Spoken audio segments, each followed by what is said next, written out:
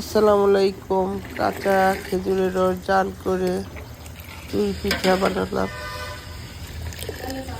এভাবে আগে গ্রামে এভাবে কাঁচা রস জাল করে তারপর চুই পিঠা বানানো হতো। মা চাচি শাশুড়ি এভাবেই বানাতেন, আমিও ওভাবে বানালাম।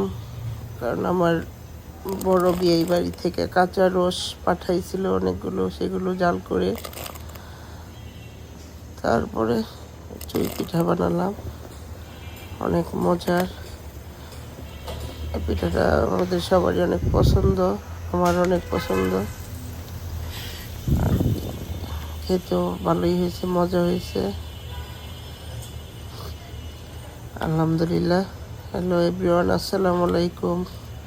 আশা করি সবাই অনেক ভালো আছেন, আমিও আছি মোটামুটি আলহামদুলিল্লাহ। আপনারা কে কীভাবে চুই পিঠা বানান, খান, কমেন্ট করে জানাবেন। আমি তো প্রতি বছরই একবার হলেও, রস তো পাই না, খেজুরের গুড় দিয়ে খেজুরের জাল করা রস কিনে এনে তারপর বানাই। এবারে কাঁচা রস পেলাম অনেক দিন পর, তার দিয়েই পিঠা বানালাম। দেখতেও সুন্দর হয়েছে, খেতেও মাশাআল্লাহ মজা হয়েছে। সবাই অনেক ভালো থাকবেন, আল্লাহ হাফেজ।